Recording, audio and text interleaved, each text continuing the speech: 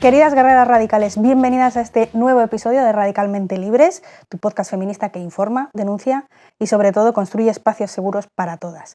Un espacio hecho con vosotras y para vosotras, desde la rabia, desde la ternura, desde la convicción además de que otro mundo más justo, más libre, más feminista no solo es posible, sino que es además urgente. Y antes de empezar, un anuncio bonito, ¿no? Que ya era hora, porque ya está disponible el merchandising oficial de Radicalmente Libres, tote bags y camisetas como esta, bien guapas, con nuestro logo vulva, que nos encanta, ¿no? Y si quieres hacerte con las tuyas, puedes escribirnos aquí a colabora@emargui.eus y luego puedes recoger tu pedido en nuestras oficinas de Bilbao o, si lo prefieres, te lo enviamos, asumiendo ese pequeño coste extra, eso sí.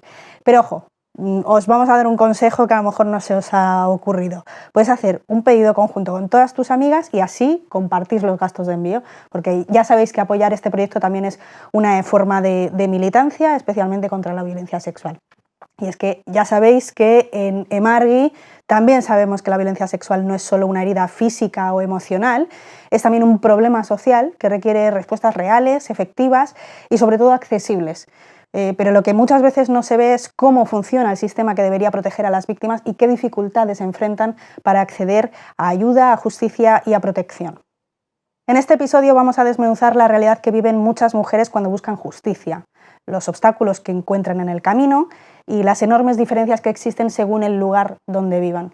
Hablaremos de la falta de profesionales, de las instalaciones insuficientes, de los retrasos que ponen en riesgo la seguridad de las víctimas y de cómo las nuevas leyes, en lugar de facilitar, pueden incluso llegar a complicar aún más la situación, ¿no?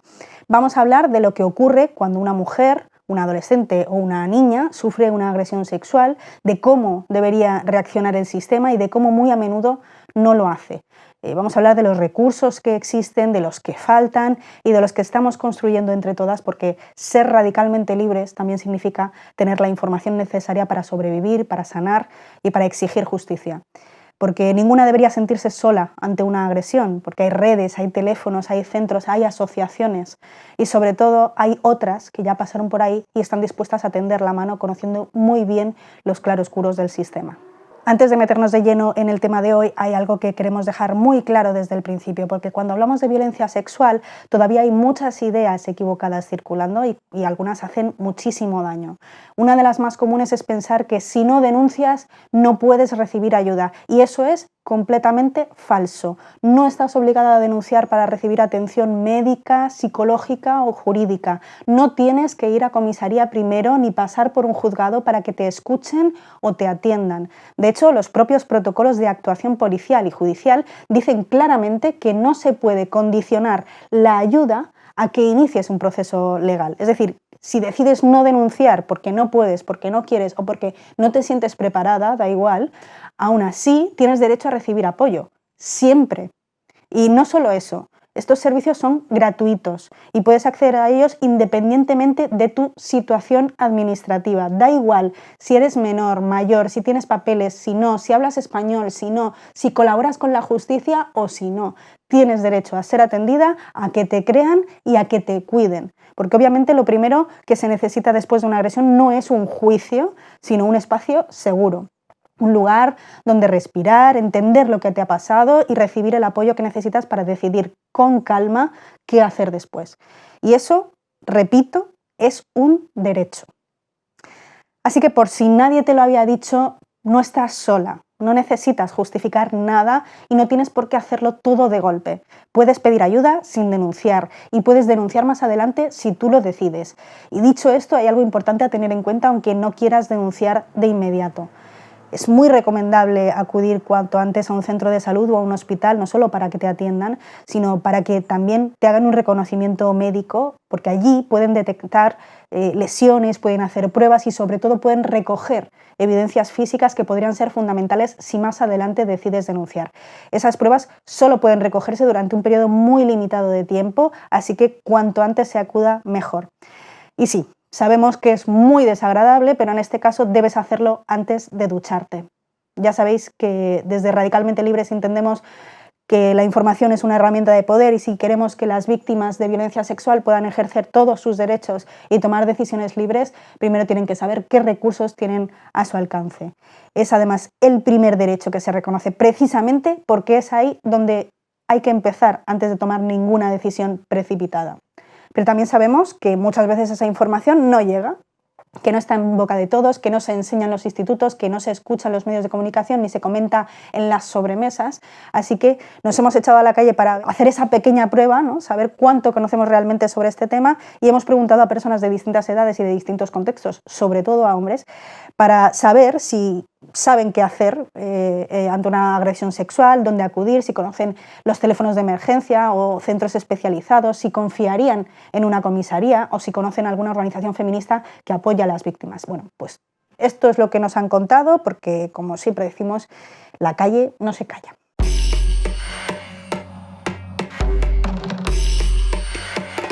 ¿Sabes dónde puede acudir una persona que ha sido víctima de violencia sexual?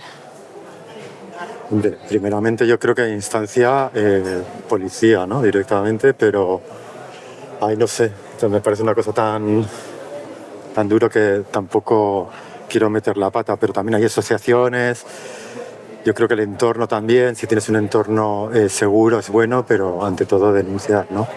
Sé que hay sitios, pero no sé exactamente dónde están y no sabría decir dónde exactamente. Sé que existen sitios, pero no.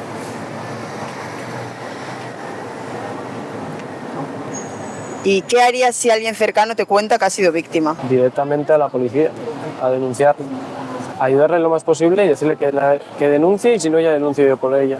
O sí, a ver, si no quiere, en el caso que no quiera, no, pero yo siempre animarla a eso. Obviamente, pues apoyarle todo lo que pueda y pues acudir a como alguna autoridad. Sí, no sé. Bueno, por desgracia a todos nos acontecen cosas cerca y me ha pasado y ha sido acompañar a esa persona en denuncia y en el proceso y estar ahí. De primeras intentar que hablen del tema, porque me parece que lo más importante es hablar del tema, desahogarse, contarlo para poder después buscar ayuda si lo que quieren es denunciar, acompañarles a ellos. Si no quieren denunciar tampoco se puede obligar. Entonces buscar dónde podría recibir ayuda. ¿Y conoces alguna línea telefónica o servicio de emergencia para estos casos? No, simplemente llamaría 911. Así de memoria no, lo siento. Cero o algo era, no me acuerdo, no sé, pero siempre supongo que se podría llamar al 112 para denunciar. Sé que hay, pero no me lo sé, básicamente. Lo buscaría, sí. No, sé que están también, pero no sé cuáles son. ¿Y qué piensas que debería hacer primero una persona que acaba de vivir una agresión sexual? Supongo primero ir a hospital para poder tener ese recurso en caso de que luego se denuncie, etcétera. Luego de la denuncia y no sé, me parece un tema tan delicado que me pongo muy nervioso, lo siento. Eso es sexual. ¿Qué debería hacer? Es acudir a alguien, no sé, no quedártelo para ti, no sé. Siempre tienes a gente que te va a apoyar. Buscar refugio en su gente conocida, mucho antes que denunciar o hablar con gente exterior. Igual primero buscar en la confianza. Siempre que se rodee de gente que conozca, siempre si acaba de suceder, que se rodee de gente que conozca para que la protejan y luego ya después de eso denunciar. ¿Confiarías en denunciar un caso de violencia sexual en una comisaría? ¿Por qué sí o por qué no? Sí, es su trabajo. Sí. Bueno, supongo que tendrán que proteger a los civiles. Es que no sé. Confiaría, depende, es que claro, ahí está la cosa, que depende de cómo sea la otra persona, pero ya sabiendo que es violador, por así decirlo, entiendo el miedo que tiene alguna gente de denunciar, pero no sé. No sé si confiaría al 100%, pero creo que es lo mejor que puedes hacer. Por suerte no me ha pasado, entonces no sabría exactamente qué decir. Sé que hay casos en los que han podido recibir ayuda y sé que hay muchos casos en los que esa ayuda no ha existido, por lo cual no lo sé, la verdad. Vale. No sabría decir porque sé que muchas veces por mucho que denuncies luego la mala eres tú, entonces... porque te lo estás inventando. O sea, se dice que te lo inventas. Es que debería ser, ¿no? Debería ser el sitio. Pero también entiendo que, por lo que sé y por lo que oigo, el trato a la víctima nunca suele ser muy empático, ¿no? O sea, estamos hablando de una persona que no ha pasado su mejor experiencia vital y muchas veces se le confronta, ¿no? En vez de ayudar. Yo creo que debería de serlo en un mundo ideal si funcionase de una manera más empática, ¿no? Pero al final la mayoría de las veces son hombres y yo creo que falla mucho ahí el tema. ¿Y conoces alguna organización feminista o colectiva que apoya a víctimas de violencia sexual? Pues ahora mismo así, no. Yo sepa, no. ¿Qué recursos crees que deberían de existir para que las personas víctimas se sientan realmente acompañadas? Pues lo que digo, que haya gente empática que no le intente buscar un doble sentido, como muchas veces vemos con jueces y con policías, ¿no? Que le intentan buscar como un sentido algo que no tiene que tener ningún sentido, simplemente que una persona ha sufrido este tipo de violencia. Yo, según haces una denuncia, que te pongan un psicólogo propio, y aunque sea porque esas personas al final acaban traumadas. Entonces, con un psicólogo yo creo que se puede ayudar mucho más a esa persona y que la justicia haga justicia, siempre que se denuncie. Y creo que tendría que haber más cultura, educación, sobre todo empatía, yo creo, empatía, y para que no pase sobre todo cultura y educación también, ¿no? Yo creo que los hombres tenemos que ser responsables todos de lo que acontece y no negar una realidad que es la que es, y es que las mujeres sufren opresión y sufren un tipo de violencia que nosotros no sufrimos en esta sociedad. Y creo que si todos nos damos cuenta de eso y no jugamos la baza esa horrible de no todos los hombres, es algo que pasa. Entonces tenemos que ser conscientes. Y yo como hombre, si puedo ayudar en algo o tengo ese poder ante otros eslabones perdidos para poderles decir algo, yo creo que es mi labor y lo que tengo que hacer. O sea, no me queda otra cosa. No lo sé, conseguir que esa persona esté lo más lejos de ti posible, ya sea una orden de alejamiento o cualquier cosa por el estilo, pero que esa persona se aleje de ti. Algo que te acompañe a conseguir ese proceso, porque por tu cuenta muchas veces, si no sabes lo que está pasando, es la primera vez que estás en esa situación, igual no sabes cómo actuar. Entonces, algo que te acompañe, te dé la información necesaria y te ayude en el proceso. A ver, psicólogos y más. Es que yo creo que para salir de eso tienes que tener un apoyo, familiares y amigos, porque eso es lo que más cuenta para mí. No sé. Bueno, pues muchísimas gracias a todas y a todos los que habéis participado. Sabemos que hablar de estas cosas no es fácil y por eso valoramos tantísimo cada aportación. Ya veis que había bastantes dudas en general y ni siquiera salía fácilmente el número que muchas de nosotras conocemos, que es el 016. Entonces, bueno, parece que es bastante normal que tengamos que acudir a Internet para buscar información en el momento de la agresión, que probablemente no sea el momento en el que estemos mejor preparadas. Así que es importante conocer estos recursos previamente. Bueno, vamos con algunas respuestas breves, aunque ya sabéis que os animamos a contactar en general con asociaciones especializadas, por supuesto asociaciones feministas, para un acompañamiento más cercano, más seguro, porque ya saben perfectamente cómo funciona el sistema. Si una amiga te cuenta que ha sido agredida pero no quiere denunciar, lo básico es respetar su decisión. Lo importante es que ella no esté sola, acompañarla, ayudarla a contactar con una asociación, ya digo, feminista o con un centro de atención, pero no presionarla nunca, ¿no? El proceso siempre tiene que estar en sus manos. Sobre los hospitales, por ejemplo, en teoría deberían aplicar un protocolo de atención sanitaria urgente ante sospechas de violencia sexual, aunque no exista denuncia, incluso aunque la víctima se niegue a hacerlo, ¿no? El problema es que no siempre se cumple, por eso insistimos en la necesidad de formación y de recursos especializados para el sector sanitario y el judicial también, ¿no? Si no confías en la policía o no te han creído, que es algo que puede pasar, puedes acudir a asociaciones feministas, es nuestro principal consejo, porque van a ser las que mejor puedan acompañarte. Muchas veces tienen experiencia mediando o asesorando sobre cómo denunciar sin revictimizarte, sin hacerte volver a pasar un mal rato. Y para personas LGTBI también hay entidades específicas que pueden apoyar ante casos de violencia sexual teniendo en cuenta sus características concretas y sus necesidades específicas, ¿no? Si no tienes papeles, ojo, también tienes derecho a una atención médica y psicológica si has sufrido violencia. El miedo a ser expulsada es real, lo sabemos, pero que sepas que la ley protege tu acceso a estos servicios, especialmente si eres víctima de un delito grave como una agresión sexual.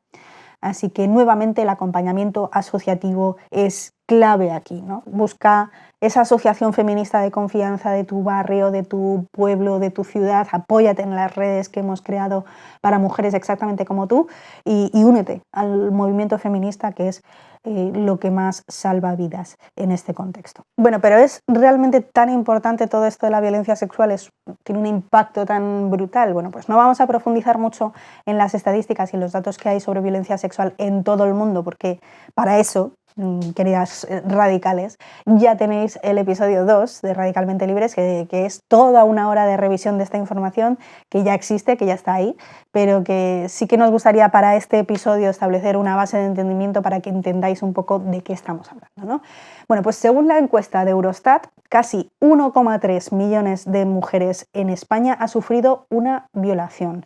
Un reciente informe de Save the Children informa de que el 98% de los jóvenes ha sufrido violencia sexual en Internet cuando eran menores. Y no es un dato aislado que afecte solo a la juventud, porque según el Ministerio del Interior, en España se denunciaron más de 21.000 delitos contra la libertad sexual en 2024, el año pasado, y más de 5.200 de ellos eran agresiones sexuales con penetración, es decir, violaciones. Vamos, que 1 de cada 4 delitos denunciados era una violación. Y va en aumento, porque esto es un 5,7% más que en 2023, cuando ya habían aumentado un 15%. Vamos, que claramente está habiendo un boom de denuncias causado en parte por el debate colectivo que ha arrojado luz a ciertas formas de violencia que antes no se tenían tan reconocidas, ¿no? Ahora parece que todas esas denuncias están aflorando y por eso tampoco podemos decir que es que haya más violencia, pero sí que hay más denuncias. De hecho, si veis este gráfico que os vamos a enseñar ahora con la variación interanual de las agresiones sexuales en España, es decir, el aumento o la reducción con respecto al año anterior, veréis que el boom se produjo precisamente en 2022, el año que se aprobó esta nueva legislación, y sigue aumentando cada año desde entonces en mayor o menor medida. Y con este contexto de violencia sexual, una de las problemáticas centrales de la cuarta ola feminista que estamos viviendo y protagonizando, las instituciones han adquirido ciertos compromisos para dejar de mirar a otro lado y dedicar esfuerzos a la erradicación de la violencia contra las mujeres en todas sus formas. Otra cosa que nos parece importante subrayar es que, aunque a veces la realidad vaya muy por detrás de lo que prometen las leyes, existen compromisos muy claros a nivel internacional y estatal que reconocen los derechos de las víctimas de violencia sexual. Y no estamos hablando de promesas vacías o de buenas intenciones, sino de obligaciones legales que los gobiernos tienen que cumplir. Uno de los pilares más importantes de esta lucha es el Convenio de Estambul, que España ratificó en 2014. Este acuerdo internacional, firmado por más de 30 países, dice alto y claro que los Estados tienen la responsabilidad de prevenir la violencia contra las mujeres, de proteger a las víctimas y castigar a los agresores. Y no vale hacerlo a medias. Dentro de ese compromiso hay una medida clave que marca la diferencia: la creación de centros de crisis para víctimas de violencia sexual que estén abiertos las 24 horas del día, los 365 días del año. Estos centros deben ofrecer atención médica, apoyo psicológico, asesoramiento jurídico y acompañamiento especializado desde el primer momento. Y todo esto sin necesidad de que la víctima haya denunciado, insistimos, sin preguntas incómodas, sin poner en duda lo que ha pasado, sin juzgar, solo acompañar y sostener. Porque después de una agresión sexual, lo mínimo que debería encontrar una mujer es un lugar seguro al que acudir. Este compromiso internacional fue recogido además por la Ley de Garantía Integral de la Libertad Sexual, la popularmente conocida como Ley de Solo sí es sí, que supuso un cambio importante porque por fin se reconoció la violencia sexual como una forma específica de violencia machista, no solo la que ocurre dentro del marco de la pareja o de la expareja, como en la Ley de Violencia de Género. Y esto quiere decir que las víctimas de violencia sexual, aunque no tengan ninguna relación con su agresor, que no sea su pareja o su expareja, ni su padre o su hijo, deben recibir el mismo tipo de protección o apoyo que cualquier otra víctima de violencia de género. Además de reconocer derechos, la ley también establece una serie de medidas concretas desde la creación obligatoria de estos centros de 24 horas hasta programas de formación para profesionales, planes de prevención en escuelas, reparación del daño, ya veremos cómo, y medidas para evitar la revictimización. Es decir, intenta dar una respuesta más completa, no quedarse solo en el momento de la denuncia. Ahora bien, como suele pasar, entre lo que dice la ley y lo que pasa en la calle, pues hay un trecho. Y la implementación ha sido muy desigual. Hay territorios que van muy por delante y otros que aún no cumplen con lo que establece la ley ni con lo firmado en el Convenio de Estambul.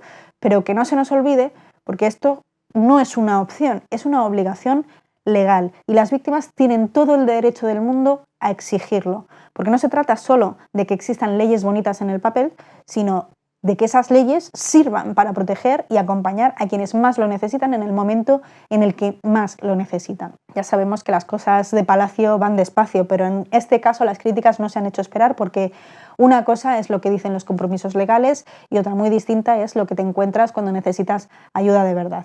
Por ejemplo, en noviembre de 2023 el gobierno vasco salió con prisa a anunciar que Euskadi, decía, tendrá abiertos los 3 centros de 24 horas de atención a víctimas de violencia sexual para junio de 2024. Pero, según informaba el diario.es, en junio del año pasado solo estaban funcionando 2 de los 6 centros prometidos. Y no es solo cuestión de cantidad, también de calidad. Hay comunidades como Galicia que han abierto hasta 5 centros, pero que no cumplen con los estándares europeos, así que siguen sin estar al día con lo que marca el Convenio de Estambul. Bueno, pues hoy por hoy en Euskadi ya hay un centro de crisis 24 horas abierto en cada provincia y en su primer año de funcionamiento han atendido a más de 700 mujeres.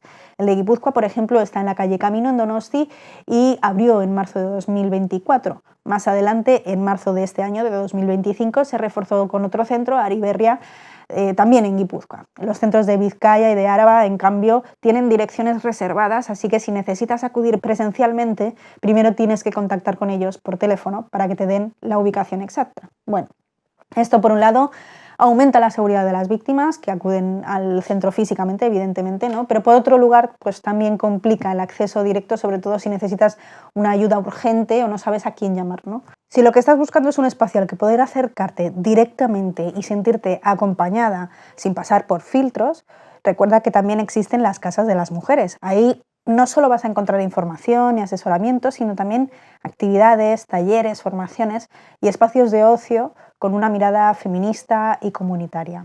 Sanadores. En cuanto al recurso integral de Vizcaya, ya está operativo y cuenta con alojamiento de emergencia. Además, tienen un equipo de psicólogas, de abogadas y de trabajadoras sociales que atienden de forma especializada. Pero claro, no se trata solo de los centros que existan en el papel. También importa y mucho con qué recursos cuentan y sobre todo si hay suficiente personal formado y en condiciones dignas de trabajo para atender bien a las víctimas. Un ejemplo muy claro es el del Carme, el centro de acogida de media estancia para víctimas de violencia machista en Áraba. En junio, las 18 trabajadoras del centro denunciaron públicamente que la Diputación Foral había recortado la plantilla como parte de una, entre comillas, reestructuración, unificando los dos servicios distintos. El resultado, pues 7 profesionales se quedarán fuera del equipo directo de atención a víctimas y aunque han prometido recolocarlas en otros servicios, sus compañeras insisten en que evidentemente no pueden dar el mismo servicio y hacer bien su trabajo con menos manos y más carga emocional, ¿no? Parece obvio. Bueno, la parte buena es que las compañeras están organizadas en un sindicato, y han convocado movilizaciones y presentado un recurso al pliego de contratación. De momento han logrado que se paralice el proceso mientras se resuelve, así que desde aquí toda nuestra fuerza para ellas. Y como si todo esto no fuera ya suficiente obstáculo, uno de los mayores problemas que sigue habiendo es la falta de información clara y accesible. Ya lo hemos visto en la sección de calle, donde la población general, digamos, todavía tiene muchas dudas al respecto. Bueno, no siempre es fácil saber dónde acudir. Si entras, por ejemplo, en la web de Emakunde, te vas a encontrar con varios puntos de acceso a recursos, pero no todos te llevan al mismo sitio. Hay enlaces que están desactualizados, algunos redirigen a documentos de 2018, hace ya 7 años, y otros tienen tanta información junta que cuesta mucho encontrar lo que necesitas, incluso cuando ya sabes lo que estás buscando, ¿no? Así que imagínate lo que puede ser esto en una situación de urgencia, de shock o de miedo, ¿no?, tras una agresión sexual, que lo último que te apetece es navegar por un PDF o perderte entre mapas interactivos cuando lo que necesitas es ayuda aquí y ahora, ¿no? Entonces, bueno, cuando ocurre algo tan duro como una agresión sexual es muy normal que te bloquees. Los nervios, la ansiedad, el miedo, el shock, todo eso hace que cueste muchísimo pensar con claridad, recordar qué pasos seguir, incluso cuando los has escuchado antes, incluso saber a quién llamar, ¿no? Por eso es fundamental tener a mano ciertos teléfonos y recursos de información que pueden ayudarte mucho en ese primer momento, aunque no solo sea para respirar, sino también, pues eso, contar lo que te ha pasado, que alguien te escuche sin juzgarte, ¿no?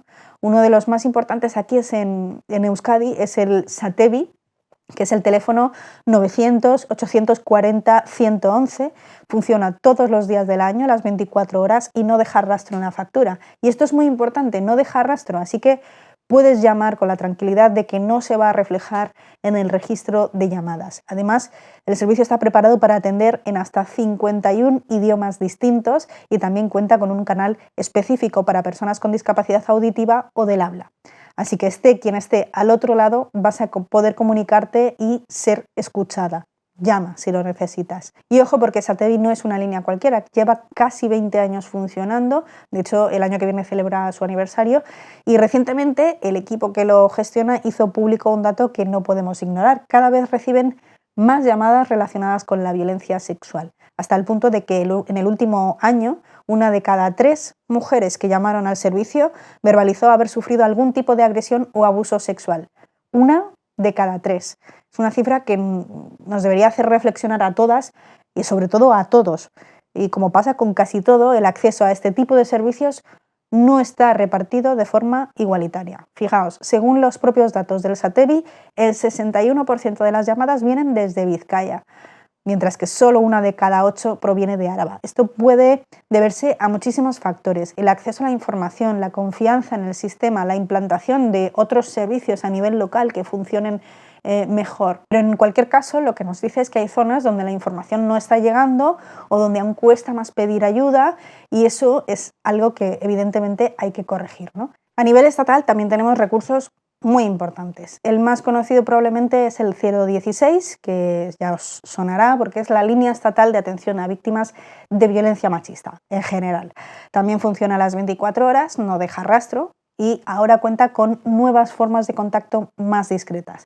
Puedes escribir automáticamente por WhatsApp al número 600 000 016 o usar el chat que tienen disponible en la página web de la Delegación del Gobierno contra la Violencia de Género, porque desde ahí te pueden derivar a otros recursos específicos según lo necesites. Desde el 112 de emergencias hasta el teléfono ANAR para niñas, niños y adolescentes, que por cierto es el 920 20 10, o incluso el teléfono para situaciones de trata de mujeres y niñas con fines de explotación sexual, que es el 910 50 90.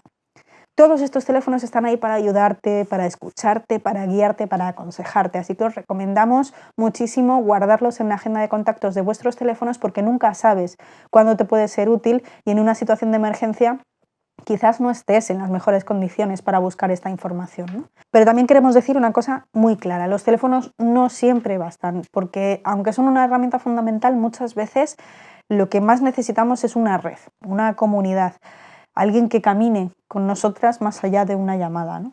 Por eso, si tienes cerca una asociación feminista, una red de mujeres organizada, informada, sensibilizada, te animamos a que te acerques de corazón, que preguntes, que participes, que construyas esa red antes de necesitarla, porque nadie entiende mejor los obstáculos que enfrentan las víctimas que quienes llevan años, décadas acompañándolas. En un mundo en el que muchos medios han dejado de cuestionar al poder, de hacer ese control, y donde las instituciones no siempre están a la altura, son las organizaciones feministas las que están haciendo el trabajo más valiente y más necesario: acompañar, denunciar, proteger y exigir justicia. Y lo hacen con muy pocos recursos, pero con una experiencia y una fuerza que no se aprende en ningún manual. Así que si no sabes por dónde empezar, busca tu asociación feminista de confianza. Aquí en Euskadi, por ejemplo, tienes colectivos como Emargi o muchas otras que están organizadas y coordinadas en función de sus luchas y sus preocupaciones prioritarias. Así que hazte socia, colabora, involúcrate, aunque ahora mismo no necesites ayuda. Bueno, y llegadas a este punto, la pregunta es, pero entonces, ¿qué recursos son a los que yo tengo derecho si soy víctima de violencia sexual? ¿Qué obligaciones, digamos, que tiene el Estado o las instituciones conmigo en ese contexto? Bueno, pues la respuesta corta es muchas, así. Y la larga, pues también, ¿no? En general, por ley, el Estado español, por ejemplo, se ha comprometido, que hay que decir además que es uno de los estados a nivel internacional que más compromisos ha adquirido, pero uno de ellos ha sido a garantizar una asistencia integral, especializada, gratuita y accesible las 24 horas del día, todos los días del año, sin que tengas que poner una denuncia ni tener cita previa. Y esto no es algo que dependa de la voluntad del funcionario de turno, insistimos, esto es tu derecho, exígelo. Eso sí, en la práctica pues la cosa cambia, lo sabemos. Por ejemplo, en Guipúzcoa no se consiguió un centro de 24 horas completo hasta 2024 y en muchas zonas aún hay muchas trabas para acceder a estos servicios. Una de ellas, por ejemplo, es que por seguridad las direcciones físicas de estos centros no suelen ser públicas y aunque todo esto tiene todo el sentido del mundo para proteger a quienes los usan, pues también complica el acceso, ya decíamos, porque llegar a ellos primero tienes que llamar por teléfono, esperar instrucciones, etc. Lo que en una situación de urgencia o en estado de shock pues se convierte evidentemente en un muro más. Pero no vamos a perder de vista lo importante. Por ley sí tienes derecho a una atención completa y esto está recogido en el artículo 33 de la Ley de Garantía Integral de la Libertad Sexual, si queréis echarle un vistazo, y va mucho más allá del momento de la denuncia. Vamos a resumirlo un poquito. Tienes derecho a recibir información y orientación personalizada desde el primer momento, tanto sobre tu situación como sobre los recursos disponibles. Tienes derecho a atención médica especializada, incluida la ginecológica y la realización de pruebas forenses para recoger todas esas evidencias que decíamos que serían muy importantes si finalmente decides denunciar más adelante, ¿no? Tienes derecho también a una atención psicológica adaptada con perspectiva de género y especializada en trauma, no solo para superarlo, sino para acompañarte en lo que tú necesites. Hemos de decir que en este caso las listas de espera hacen que la frecuencia de las sesiones no sea la adecuada. Por eso muchas mujeres tienen que recurrir a terapia costeada por su propio bolsillo, una terapia privada. Asistencia jurídica gratuita es otro de tus derechos como víctima de violencia sexual, tanto si denuncias como si no. Primero para saber en qué punto estaría tu caso y especialmente si decides iniciar un procedimiento judicial también tienes derecho a un acompañamiento en ese proceso. Tienes derecho también a una atención a tus necesidades económicas, de vivienda, laborales y sociales, porque ya se ha reconocido que salir de una situación de violencia también pasa por poder rehacer tu vida, ¿no? Tienes derecho a servicios de traducción e interpretación en caso de que no hables castellano o no hables euskera, o si tienes alguna discapacidad en el habla o la audición, tienes esa asistencia especializada. También una asistencia personal especializada si eres menor, víctima de trata o de explotación sexual, o si tienes alguna discapacidad, como decíamos.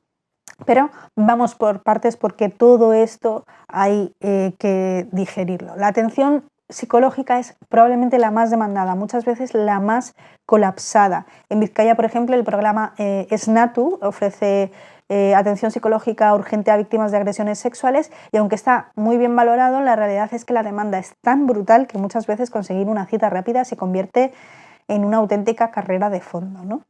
En el caso del centro Ariberria, en Guipúzcoa, sí se garantiza un primer contacto con atención psicológica urgente y desde ahí se puede derivar a procesos terapéuticos más largos. Pero todo depende de si hay profesionales disponibles. Lo de siempre, nunca los hay. Lo cual, pues como os imaginaríais, pues es un problema bastante grave y extendido. Otra parte fundamental es el acompañamiento legal.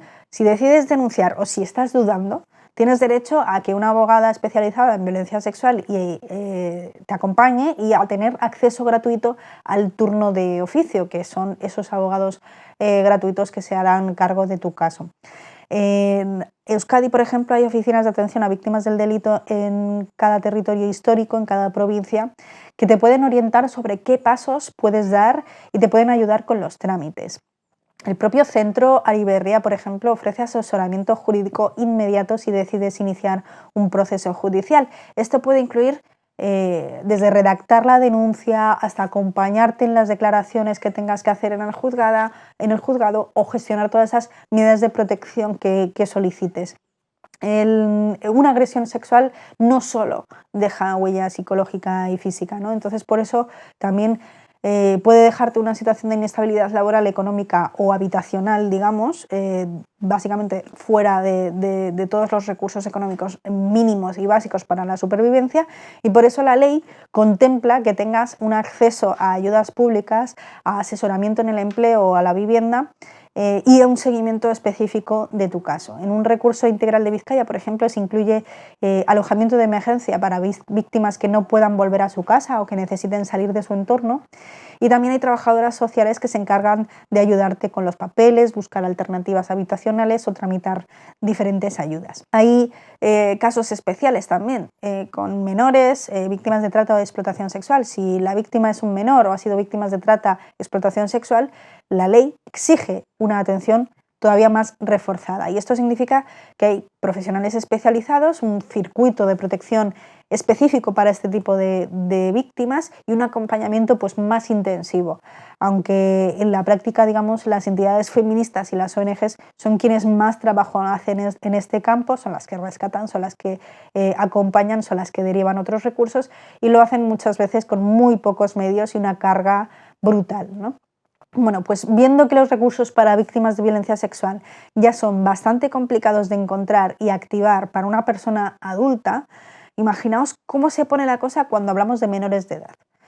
Porque sí, las víctimas más jóvenes siguen enfrentándose a circuitos que no están diseñados para ellas y eso tiene consecuencias muy graves, ¿no? El pasado 12 de diciembre, Save the Children y el Gobierno vasco celebraron en el Museo Artium de Vitoria la jornada Euskadi hacia el modelo Barnahus, atención integral a niños, niñas, adolescentes y víctimas de violencia sexual. Y dirás, ¿qué es eso de la Barnahus, del modelo Barnahus?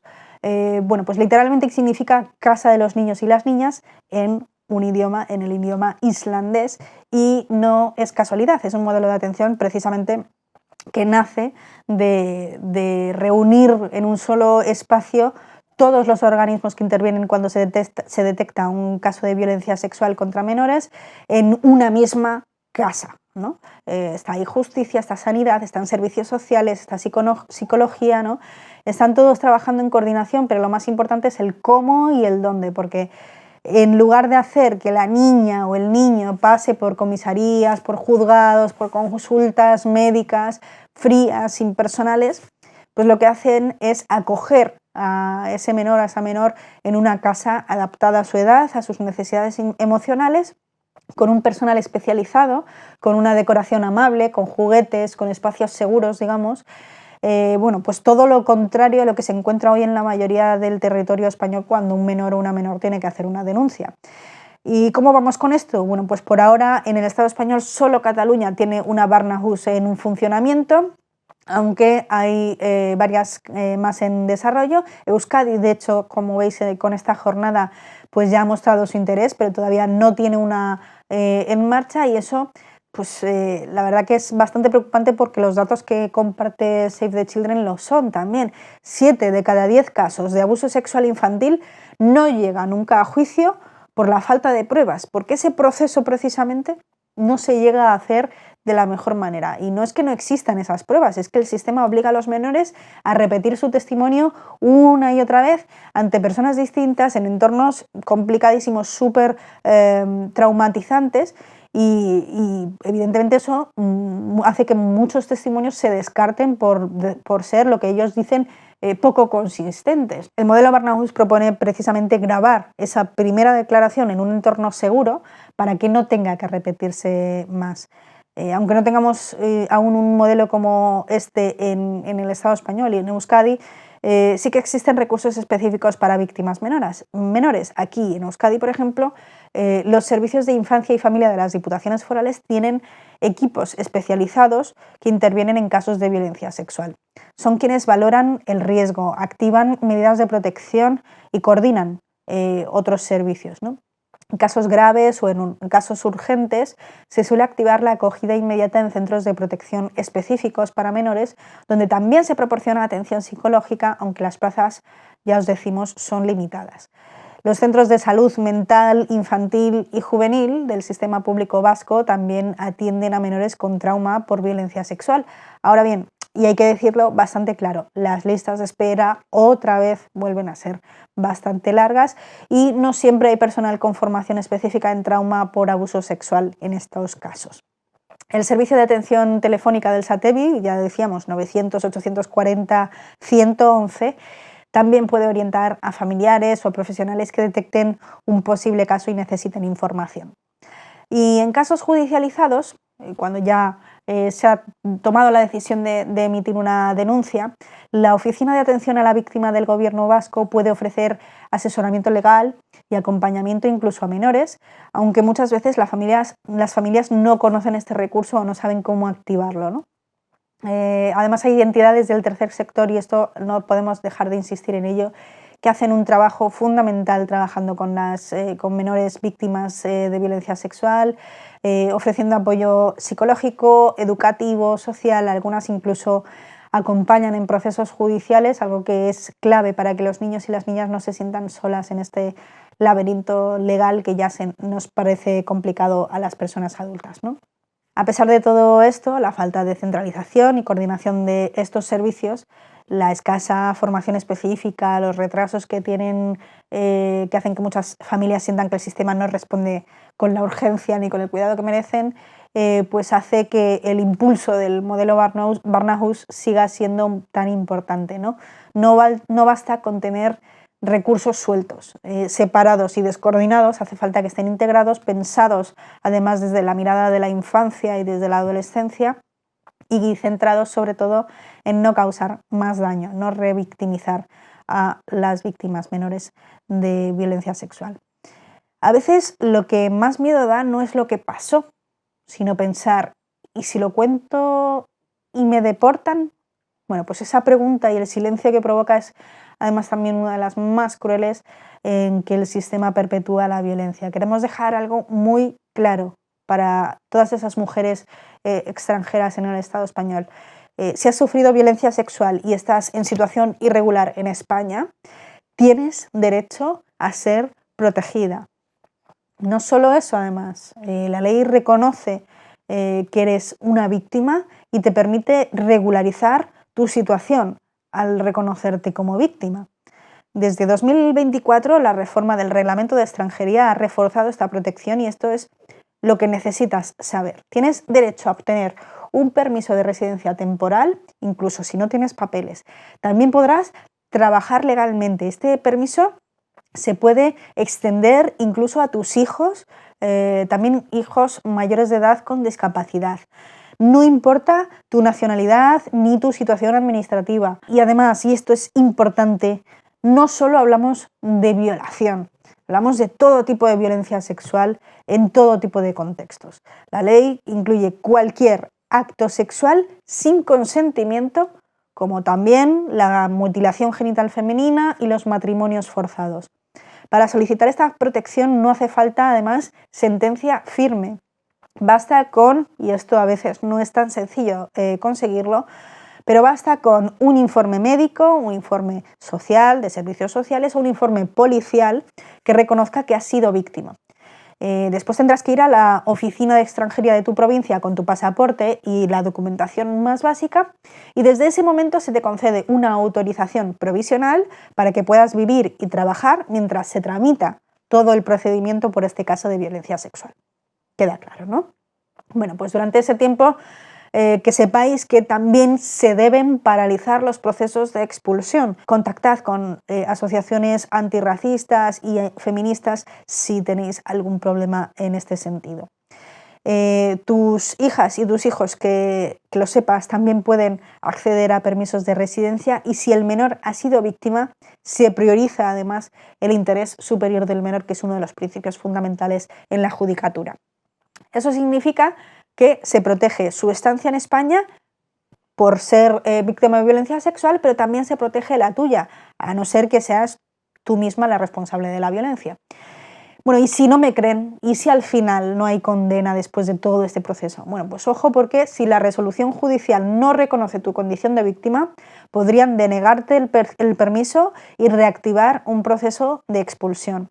Sí, aquí hay una gran grieta en el sistema que llevamos denunciando desde el movimiento feminista ya muchos años. Y viene además aquí lo más irónico. Mientras hay ciertos discursos, especialmente desde la ultraderecha, que insisten que las mujeres extranjeras denuncian solo para conseguir los papeles, pues la realidad, y que quede bien claro desde aquí, es que esos permisos solo llegan si el sistema judicial y si el sistema confirma que sí, efectivamente fuiste víctima de violencia sexual. No hay nada de automático, no hay nada de fácil. Por eso es tan importante estar acompañada por asociaciones y abogadas especializadas en extranjería y en violencia de género para afrontar este tipo de casos con conocimiento de causa. El proceso judicial en casos de violencia sexual es de lo más duro y complejo que se pueden echar a la cara las víctimas. Tal y como denuncian desde la organización de mujeres juristas Temis, en el proceso se pone en tela de juicio a la víctima en todo momento. Se le pregunta por su vida privada, por su historial sexual, como si eso fuera parte del proceso. Los casos de sumisión química son especialmente sangrantes por la dificultad de probar esta situación. Muchas de vosotras probablemente conoceréis el caso en Francia de Gisèle Pelicot, que fue drogada por su marido durante décadas, que él invitaba a hombres a violar a su mujer mientras ésta se encontraba inconsciente. Bueno, aunque no lo parezca, esto también ha sucedido en España. El caso de Marta Asensio es un ejemplo de ello. Tras años de sufrir este tipo de violencia a manos de su ahora expareja sin ser capaz de probar la sumisión química, Asensio ha iniciado una recogida de firmas en change.org dirigida al Ministerio de Justicia y al Ministerio de Igualdad para que pongan en marcha protocolos efectivos, homogéneos y coordinados para los casos de violencia sexual por sumisión química. Desinformación, falta de medios, jueces que te piden pruebas, hospitales donde no te las ofrecen, policías que te hacen repetir tu historia miles de veces. Todo esto denuncia Asensio en su petición, que ya cuenta con más de 212.000 firmas. Asensio habla de falta de medios y no es la única. En España, los juzgados especializados en violencia contra la mujer están pasando por un momento complicado. Según una encuesta del Consejo General del Poder Judicial, estos juzgados tienen muchas carencias que afectan su trabajo diario y, sobre todo, que afectan a la protección que buscan las mujeres. Primero, falta personal, y los que están muchas veces cambian de puesto, lo que hace que los casos se retrasen más de la cuenta. Además, los medios materiales, como las instalaciones, son bastante escasos. La mayoría de estos juzgados no tiene espacios específicos para las víctimas, ni salas adecuadas para que las mujeres vayan con sus hijos, ni lugares especiales para entrevistas delicadas. Esto hace que la atención no sea la mejor. Y la sensación para quienes acuden a estos juzgados no siempre sea la más segura ni la más cómoda. Otro problema grave es que las unidades que deberían valorar el riesgo que corre cada mujer no funcionan igual en todas partes. En algunas comunidades hay pocos profesionales y los informes tardan mucho en salir, incluso más de 6 meses. Esto puede poner en peligro a las víctimas porque esas valoraciones son claves para protegerlas. También faltan programas para trabajar con los agresores, que son esenciales para evitar que vuelvan a agredir, y los dispositivos electrónicos que se usan para mantenerlos alejados muchas veces se colocan con mucho retraso. Y lo que es peor, la situación no es igual, decimos, en todas partes. Dependiendo de dónde viva una mujer, recibirá una atención mejor o peor.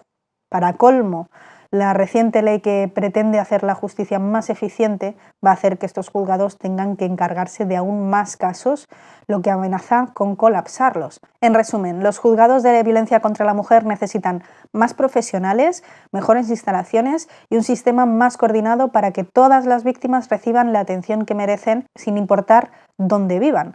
Sin eso, la justicia no está cumpliendo con su función más básica, que es proteger a las personas que más lo necesitan. Quizá os suene también la huelga de jueces y juezas a raíz de una reforma legislativa que pretendía facilitar el acceso a la carrera judicial. Bueno, pues por lo visto esa reforma también esconde una reestructuración que, según han denunciado 105 jueces de violencia sobre la mujer en un comunicado, supone un riesgo para las víctimas de violencia y sus familias porque han ampliado sus competencias para tener que hacerse cargo ahora también de los delitos como agresiones sexuales, mutilación genital femenina, acoso con fines sexuales o trata de personas con fines de explotación sexual, con independencia del vínculo entre la víctima y el agresor. Es decir, más allá del marco de la pareja o de la expareja, que es hasta entonces a lo que se limitaban.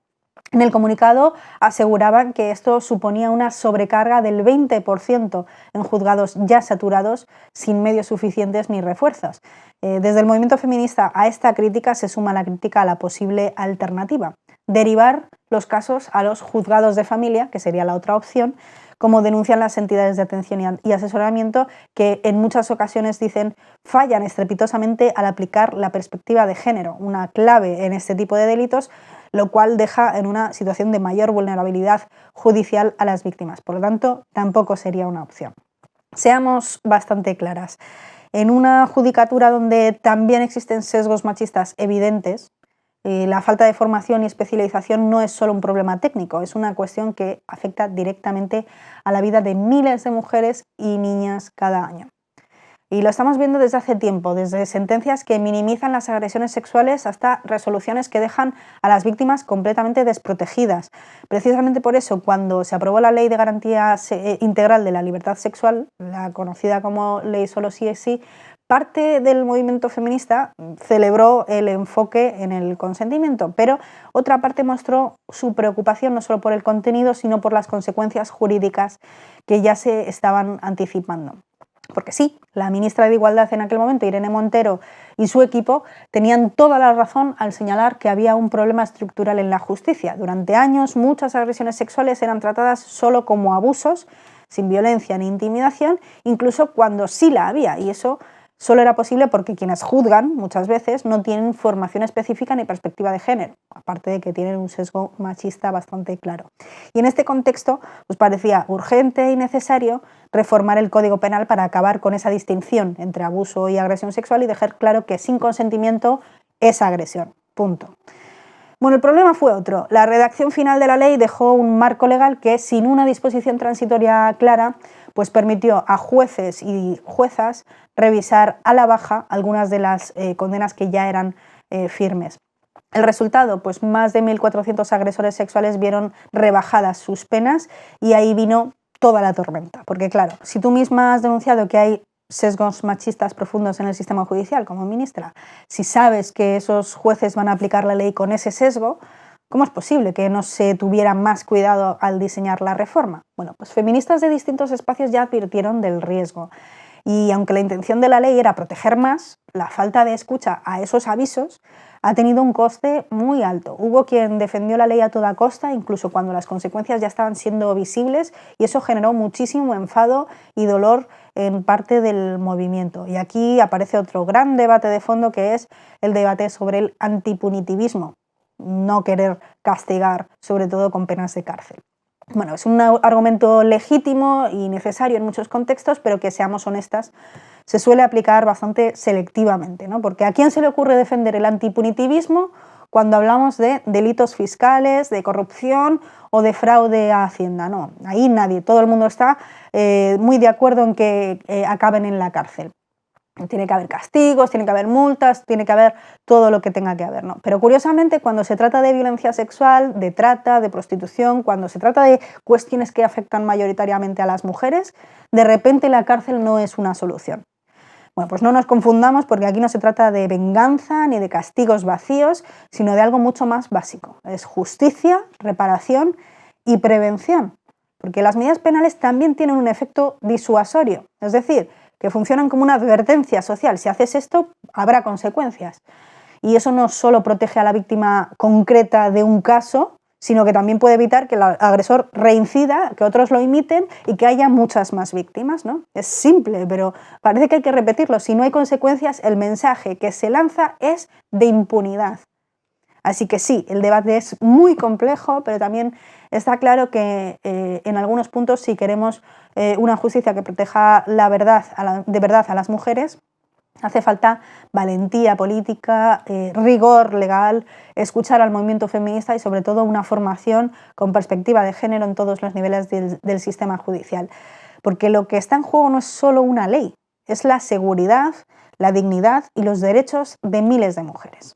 Hemos recorrido muchas realidades hoy, las barreras institucionales, las luchas en los juzgados, el acompañamiento colectivo y sobre todo la fortaleza de quienes siguen denunciando y exigiendo justicia. A todas las que estáis escuchando, no estáis solas, buscad apoyo, hablad con una compañera, acudid a una asociación, llamad, pedid ayuda, porque os creemos, porque os merecéis reparación, os merecéis dignidad, os merecéis libertad.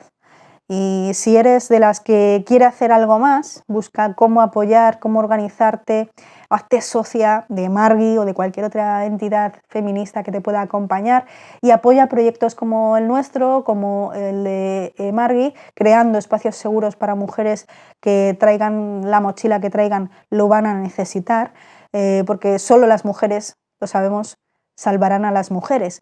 Así que nos despedimos como siempre, compañeras. Muchas gracias por estar aquí. Sed radicalmente libres, hoy y siempre.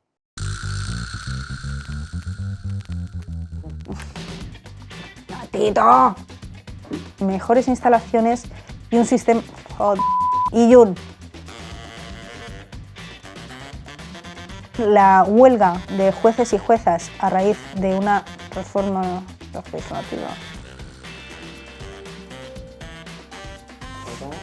Sí. Oye, y yo no está aquí.